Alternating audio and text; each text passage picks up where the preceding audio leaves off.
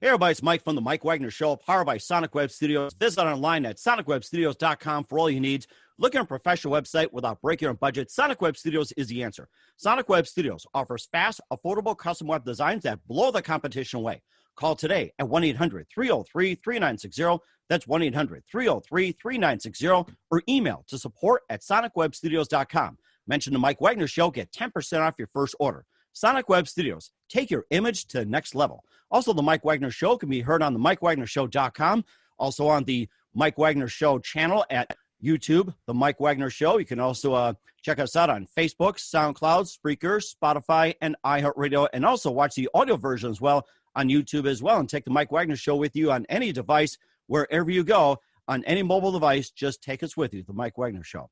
We're back with a really wonderful and funny comedian from the Boston, New England area. I've had him on before. He's got some great projects coming up, and this guy will just make you laugh, guaranteed. And he just got a great start. He'll just tell you all about it. And not only he's a really popular Boston comic, he's also a huge sports fan, Patriots fan, Red Sox, Bruins, Celtics, and he'll just tell you all about it. He also has a podcast called Funny Like a Clown, and this guy is definitely funny like a clown. He's also made comedy appearances, also been in special charities, special causes, just has a heart for just a number of things. We'll talk about that, and a very, very interesting video podcast, which has been getting great reviews on YouTube and all over the internet. So without further ado, ladies and gentlemen, live from Beantown, where he's just going to ready to take in the Red Sox, talk about the Patriots, and he's probably on the phone with Tom Brady, too, trying to make him laugh. So, ladies and gentlemen, live from Boston, Dennis Wirth. Dennis, good morning, good afternoon, good evening. Thanks for joining us again today. Mike, thank you for having me. It's a rainy day down here in Boston, but my day's brightened up. I get to be on your show, so thank you for having me. I'm excited. Hey, it's great to have you back as well, too. We love having you on. And, of course, you know, you got off to a really interesting start. You've been in the New England comedy scene for a number of years, and you've got a podcast called Funny as a Clown. You've got, a number of comedians talking about famous comedians, and you also appeared on stage all over the New England area. You also been on, made a few TV appearances, and you also got a podcast, which we'll talk about as well, too. But first, before we talk about that, once again, tell us how you got started. Wow, boy, I always loved comedy as a kid watching it. I never knew how to get started. That was half the problem. Put in a job application for comedy. Then one day I got a pamphlet from the local college that said night courses, introduction to stand-up comedy. And I was like, I'll take the class. I'll look back years from now and think, I tried comedy. Well, I took the class, one thing led to another. It just took off for me. And it started to take off where things were happening for me without a little bit of effort. And I said, well, wonder what would happen if I started to put a lot of effort in. I put a lot of effort in, and they just blew up even more. And I've been having the time of my life from Boston to Vegas to L.A. to Alaska. I've been all over doing shows, and I'm living the dream. Yes, it sounds like you're living the dream. And what was like the one moment, other than getting that pamphlet in the mail, that influenced you into comedy? Well, I'm a big fan of Sam Kinison's, and I could have watched comedy forever, but watching Sam, he really inspired me to want to try it. I was in tears watching this guy, and I said, I got to make somebody laugh as hard as he made me laugh. I have to do this, and it's been quite the trip ever since. Mm-hmm. And it's also sad that Sam Kinison passed away on New Year's Eve. I think it was in Peoria in a car wreck after, performing with one of the best comedians out there. And, of course, you also live to tell a story, too. And you also talk about that and also some of the other comedians who had influence on you, too. It's like besides Sam Kinison, you can also name a few as well. Well, I'll give you some breaking news right here on the Mike Wagner Show. I haven't announced this yet, but I'll announce it here first. Actually, in July, we're going to start filming a short film about Sam Kinison's life, and I'm playing Sam in it, and we have director Adam Griswold from Smoking Bottle Entertainment. He went to college for directing, and he's already won a couple of Boston film festivals, and actually just last night he won first place in the Spring Shorts Film Festival. So we got a pro director, we got some pro actors in it, and it's called From Preacher to Prophet, a Sam Kinison story. So I'm beyond excited to get started on that project and wait for it to come out. Other than Sam Kinison, I'm a big Andrew Dice Clay, he was kind of the poor man's Sam Kinison, I always thought, but Mm-hmm. it's still, I had an affection for dirty jokes. It just, stuff you wouldn't say in your real life. You'd have to, you kind of Right. hide it from your parents type of thing. It's an escape from reality. It's nothing you do in real life, and that's why you listen to it in comedy. But Ron White from the Blue Collar Comedy Tour, big fan of Ron White. Artie Lang from the Howard Stern Show, big fan of his. Gilbert Gottfried, I've met him before. He's a character too. But all these guys inspired me. Mm-hmm.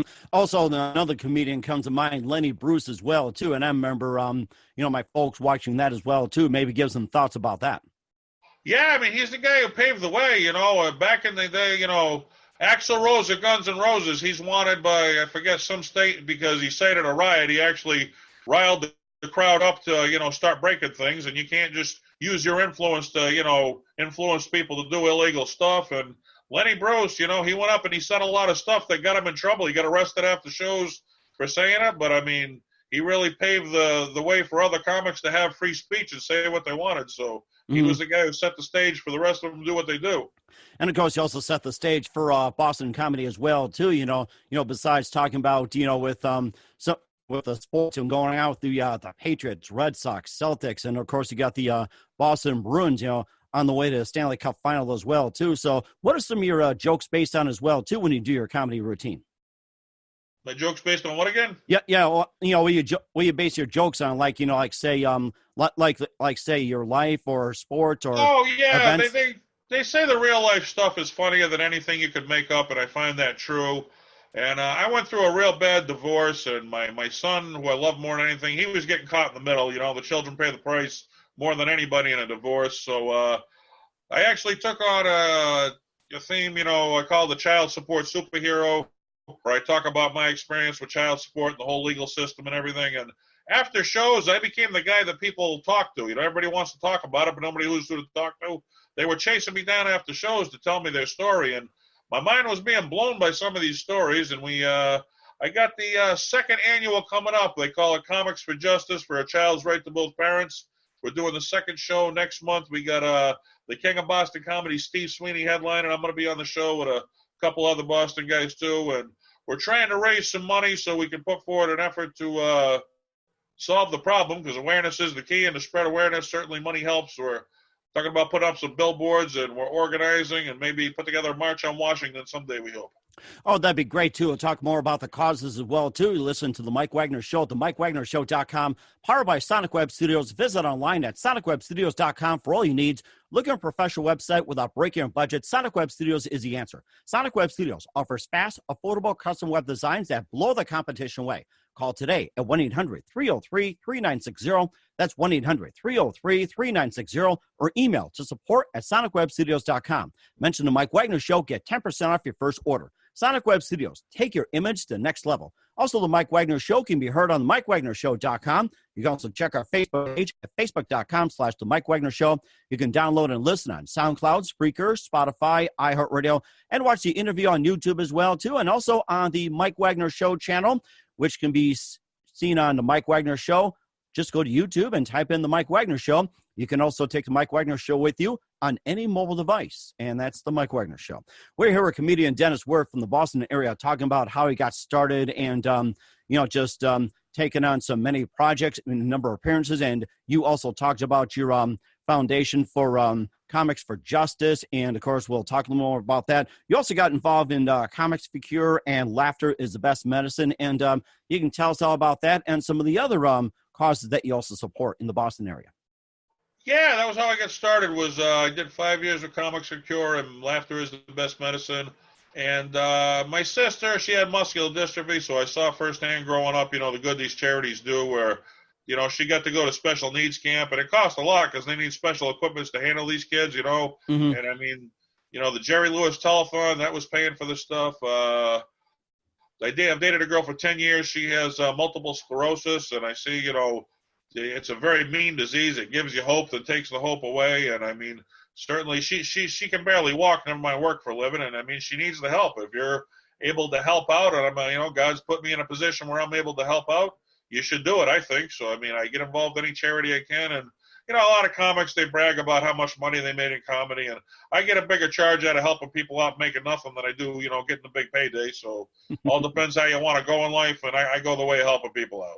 And there's an interesting story about how one comedian bragged about he made, what was it, $2,000 a night doing stand-up comedy, but you did you tapped him on with what was it, like 5,000, and we made $5,000 for charity. I didn't make nothing on the gig, but we raised it for breast cancer awareness. He's talking about he thought he was hot stuff making $2,000. I'm like, well, I didn't make a penny, but we raised $5,000 for breast cancer awareness, so I'll take that any day of the week and have a good day. That is amazing. And of course, not only do your charity causes when you go on stage, you go on tour and everything. Do you also make appearances at hospitals as well too? Do you just visit the kids, visit the staff, or do you put on a show like at the hospital itself? We have done some hospitals before. We do a lot of for soldiers who come back from war, vets and stuff like that. We go to the places where they stay, but mostly it's people who contact us, if they have their loved one just got diagnosed with cancer and they need some money, to take care of the medical costs, or, while they're going to be out of work, they contact us. We put the show together with them, and, they bring their family and friends down. We advertise it up, and it's amazing to see the community really come together, because, we've had a lot of shows where, you thought the days passed where everybody cared about themselves, but if you got a good cause, people are willing to get involved. The community comes together and tries to help the people in their community out. It's a good thing to see. That is amazing, too. And where else have you traveled to do your comedy and causes outside the Boston area? And you have. Where else have you traveled to do your comedy routine for causes? Wow, geez. I've been out to Vegas. I've been out to L.A. I've been up to Alaska. I actually just got invited in a few months to go back to Alaska again, so it's always a fun time up there. Vegas, that's a real hot spot for comedy. I got to open up for Carl LeBove, who was Sam Kinison's best friend and opening act for years, so I really got a charge out of that up in Alaska. Now he's got residency out in Vegas at the Tropicana, so we go out there and visit him a couple times. And actually, one of my big dreams was to perform at the Comedy Store, so we took a trip across the desert in our car out to L.A., and I got to perform at the Comedy Store, so I'm chalking things off my bucket list left and right. And, when I started comedy, I actually wrote down a list of everything I wanted to accomplish, and I'm about 90% through the list. So once it's over, I don't know what the heck I'm going to do in comedy once I've done it all. Oh, my gosh, that's amazing. 90% you wrote a bucket list. Was it just on a piece of paper, or did it require a squirrel, which rolled about 3 feet down the floor? Like, here it is. Whoa, here we go. Stuff I never thought I'd do, I'll tell you, but you write it down and you work on it, and, you got to put the effort in. I put the effort in, and a lot of people tell me, how do you headline? How do you do that many minutes? And comedy's like anything else. The more you put into it, the more you get out of it. That is very true. And also, you talked about setting up a comedy store, and ideally, where would you have it? And would it be strictly just for causes or anything like that, or would it be just for a regular stand-up, or what would you have a comedy store for?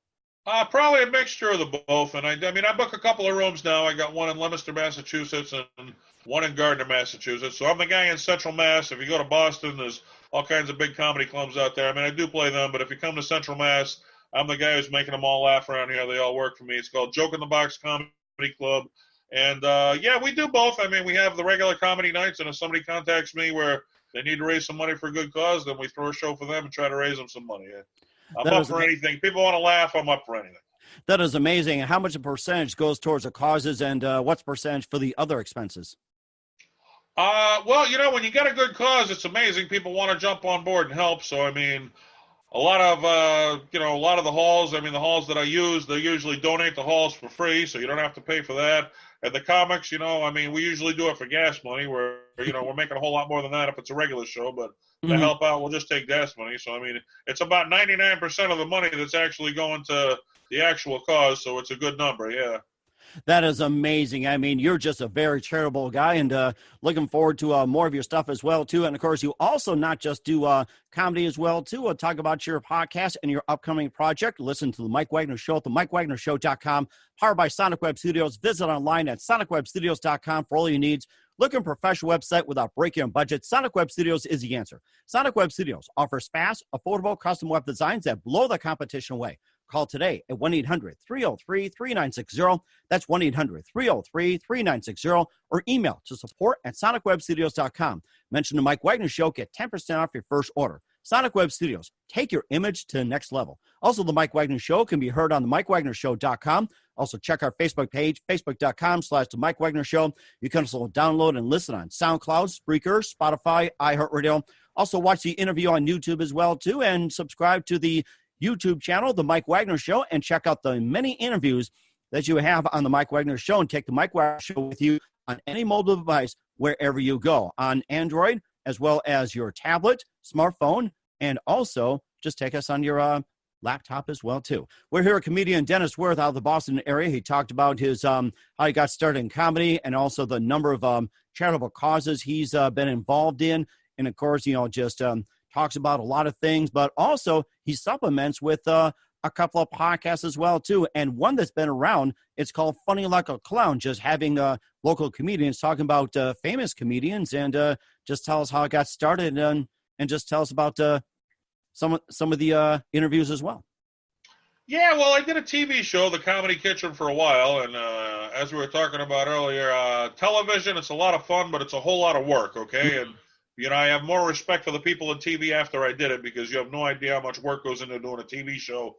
And as much as I enjoyed it, and I had some big stars on, well, the big stars are difficult to deal with because you really got to play to their ego, and television's so much work. I was looking for something simpler, so I started Funny Like a Clown podcast, where there's no big egos. It's for the fans. It's about the fans. It's with the fans. It's all about the fans, not the big stars. We talk about the big stars, where I'm a Sam Kinison fan, so for me to get the chance to talk about my hero, that's a thrill for me. And I have some local comics who are thrilled to be on, and they get to talk about their heroes. And, I mean, I love comedy, and every weekend, once a week I get to do what I love to do and just talk about comedy. So it's got a really good, it's fun watching your numbers grow each week, and each week they're getting bigger. So I thank the listeners for that.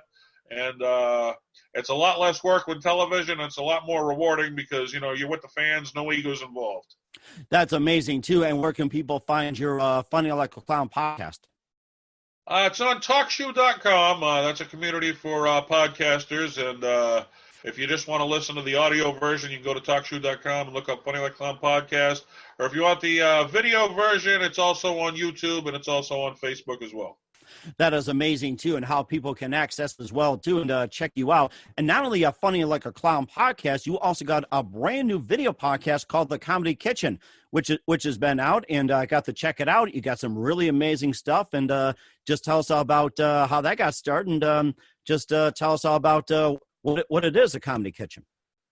Yeah, The Comedy Kitchen. Well, I was a guest on a lot of local TV shows, and I was like sitting there, hey, this is kind of cool. It'd be nice to have my own show sometime. So I approached LTV in Leominster, Massachusetts about doing my own show, where I've worked in a restaurant for over 40 years. So I said, well, wouldn't it be cool to cook up a few dishes I've learned over the years in my regular job with some famous comedians? And we've had on Lenny Clark, Steve Sweeney, Jimmy J.J. Walker from Good Times, Jackie the Joke Man, Stuttering John from the Howard Stern Show, Tom Cotter from America's Got Talent. So, I mean, for a local TV show, we've had some major, national stars on it, and it's been a lot of fun. We've had over 50 episodes plus a few specials, and we've slowed down now. We were having some local Boston comics on, and now we're doing special episodes every now if we get a big name, but I'm more concentrating on the podcast now at this point in my life. The TV shows kind of taking a little bit of, we're still doing it, but it's taking a little bit of a backseat. That is amazing, too. And what are some of the favorite dishes that the comics had, and what do you think is the most common, and what's the most unusual dish they had on the show? Well, let's see. We had a lot of seafood dishes. We had working in an Asian food restaurant, so the shrimp and lobster sauce we did with Steve Sweeney. Then actually the fire department kind of cracked down on me a little bit because I was cooking in a TV studio. I didn't have hood vents and sprinklers. Oh, no. Fire department's got nothing better to do. So we switched over to some cold dishes, but I've been making some health drinks in a blender with Lenny Clark and Stuttering John. So the health drinks are good, which I need to lose some weight anyway. So the health drinks, they're a good thing. But and I'm sure a lot of us are on the seafood diet. I seafood and need it. That's what they say. So that's right. And I've been on that diet for too long. I need to go on a different one. But I also worked, besides the Asian food, I worked in the pizza industry for 10 years. And all this stuff they're doing now, the buffalo pizza, the barbecue pizza, we were doing that years ago before anybody heard about it, for just like the people who work at the restaurant, before it became a mainstream thing you could order. And I actually invented my own buffalo sauce. Nice. G Vegas buffalo sauce. I named it after the town I live out of, Gardner. It's got the nickname G Vegas, which everybody's got a different story why they named Gardner G Vegas. But G Vegas buffalo sauce, you can find it at gvegas.webs.com. And it's a homemade brew, and it's the best you'll ever have, I promise you. Oh, my goodness. You're making me hungry already. You're talking about pizza with all kinds there, with the buffalo pizza, the chicken pizza, Hawaiian pizza. Well, you're a sports guy. You got to have the buffalo wings when you watch the sports, right? It's a must. That's right, too. And, of course, being from Chicago myself, deep dish pizza, that's the way to go. And, of course, the only time you get really good deep dish pizza, you have to be in Chicago itself. We tried in other places, and it's like, yeah. That's the Chicago guy. Then if you go to New York, it's the thin crust. You got to have the New York thin crust. Yeah, so yeah. depends what side of the continent you're on. Yeah, pretty much.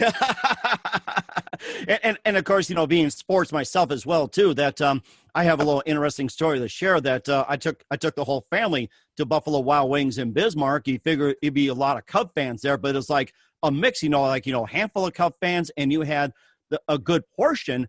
Was a group of pastors from Cleveland attending a conference in Bismarck. They were diehard Indians fans watching Game 7 in the 2016 World Series, and that was one that went on to like 1 a.m. where the Cubs won it in 10 innings. Where it's like, they had heated up Buffalo Wild Wings. Yeah, and the funny part was we kept ordering, and just loading up on the wings and everything else. And then as the game went on, there was like cheers and everything else. It wasn't like, a riot or anything like that. And then after the game, when like on the last out where it's like, what was it? Chris Bryant, third base picks up a ball. It's like, don't bobble it. And then you throw, make sure you get to the first base. And then Joe Rizzo's like, no, don't drop it. Or, the umpire's like, you better make the right call. And then when they said out, the Cub fans just went crazy. And I just cried, literally. I was just filming that on my iPad, and I was just crying in tears. We take our sports seriously. See, it's not like a fan thing. It's more of a way of life for us guys, That's right. It was like 108 years, and I said, thank you, Jesus. Now I can go to heaven being a Cub fan, witnessing the World Series. I've seen the Bulls win, back-to-back three-peats. Blackhawks won 3 Stanley Cups in the 2010 decade. And, of course, the Bruins could catch up pretty easily. And the Penguins had their chance. They blew it. And, of course, the Bears had their Super Bowl and everything else. And, of course, my Packers won twice with 2 Hall of Fame quarterbacks. And then you had the pastors from Cleveland come over and say, hey, thanks for watching. God bless you and everything else. And he said, hey, congratulations to the Cubs. It says, hey, thank you, and God bless you guys, and we're praying your Cleveland Indians win next year so you don't have to cry about it like we did. At least they were cool about it. That's good. We were hoping in Boston they call it the Grand Slam that all our teams would win the championship, but our Boston Celtics, they ruined that for us, but there's always next year. But, of course, the Celtics had won quite a few as well, too, before the Grand Slam. Of course, New England had their chances as well, too. It's like, they always lost to the Giants on the final minute every single time. It seems like the Giants was always a thorn on their side. That Otherwise, was our nemesis for sure, yeah. Eli Manning. I think they would have like maybe, 7 or 8 Super Bowls if it wasn't for the bloody Giants. They had that. As Bill Parcells once said, you are what you are. Every team could say, well, if this happened or if that happened. You are what you are. We got 6 of them, and that's something to be proud of right there. And of course, the question is, will the Patriots win their number 7? And if they did, will Tom Brady and Bill Belichick retire? I guess that's the big question. It's like, if they did win their number 7, would Brady and Belichick retire, or would they just continue? What do you think?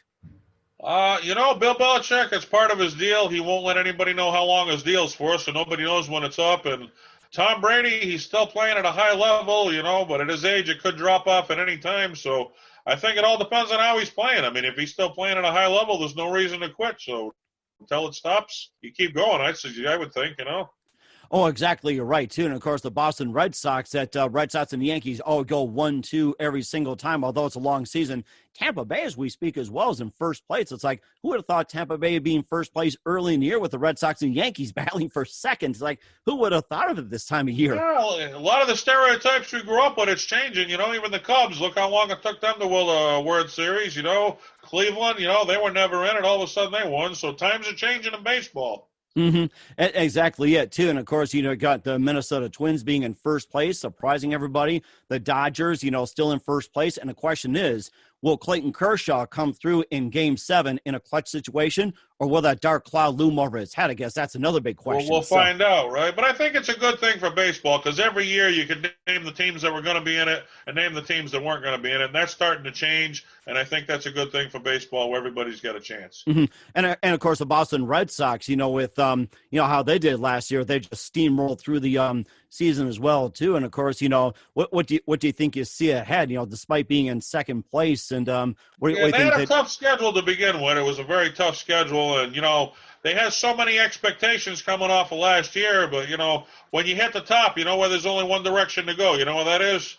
The only direction to go is down once you hit the top. So I mean, it's a long season, and they're starting to get better, and we'll see what happens in the end. Mm-hmm. And of course, too, just like the Boston Bruins as well, too, they haven't won the Cup in a while. They had a chance to beat the Blackhawks, but the Blackhawks beat them with 2 goals in the final 20 or 10 seconds. I think it was in 2013 and 14. And it looks like they're more hungry now. They knocked off Carolina in 4 straight games. Yeah, they're the favorites to win the Stanley Cup. And I mean, with the teams that are left, I wouldn't go against them. Never say never, but their goalie's hot as hot could be, and that's what it takes to win. It's a hot goalie, and he is red hot right now.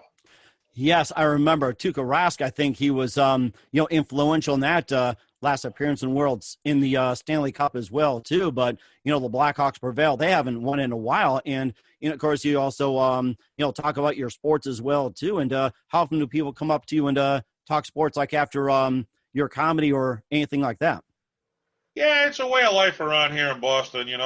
That's why everybody spends their money. Everybody's got their jerseys, and I see you got your Green Bay shirt back there. I mean, you go to anybody's house, and you got your man cave of sports stuff. So it's a way of life around here. It's not just something you talk about. I mean, you back it up with we take it almost too seriously sometimes. Where I know a lot of these countries, soccer's big in other countries, and I mean, if the refs make a call, they have to have security because the fans will charge the field to go after the ref if they make a call against their team, and it's getting to be that big around here where, don't mess with our team. It's our way of life, Exactly. You're right, too. And, of course, it's just like with the circuit you do and everything else is like, don't mess with the special kids. Don't mess with anything like that. And, of course, just keep doing what you're doing. And, that's all I could say at this point. But, just a few more minutes here. And who would you say biggest influence in your career would be when it comes to comedy?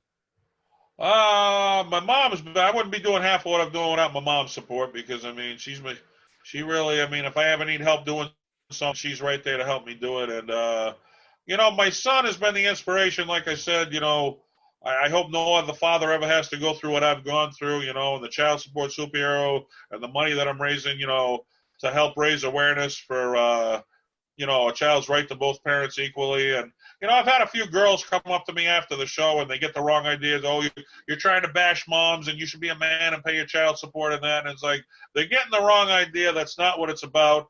And I put this question to them and it kind of shuts everybody up because you can't argue with facts. And my question is, well, how many more children have to go decades without speaking because of parental alienation? How many more children have to commit suicide? How many more parents have to commit suicide before we realize as a people that this system isn't working? So it's not no bash on mom or dad. It's a bash against the system. It's not working. Exactly right. And that's what your Comics for Justice is all about. And, once again, just tell us about your upcoming projects. What's your next Comics for Justice fundraiser and also your next upcoming fundraiser, and tell everybody what's your website and how to contact you. We got July 14th. We are doing the second Comics for Justice telethon. We got a big show with Steve Sweeney. You can go on Facebook, look up the Child Support Superhero. He's got over 11,000 likes. That's the home base for it. If you want the home base for my comedy, where there's a link to the Child Support, the Joke in the Box, the Comedy Kitchen, the Funny Like Clown Podcast. Go to www.denniswirth.webs.com. Worth is spelled with an I, so it's Wirth. Check that out. Go to Facebook. Check out Joke in the Box Comedy. Comics for Comics That Care. That's on Facebook, too. That's my page where, a lot of the charities we do, you can find that information on there. I got a page for each of them, Funny Like Clown, but the website, that'll lead you to, all these pages for the stuff I do.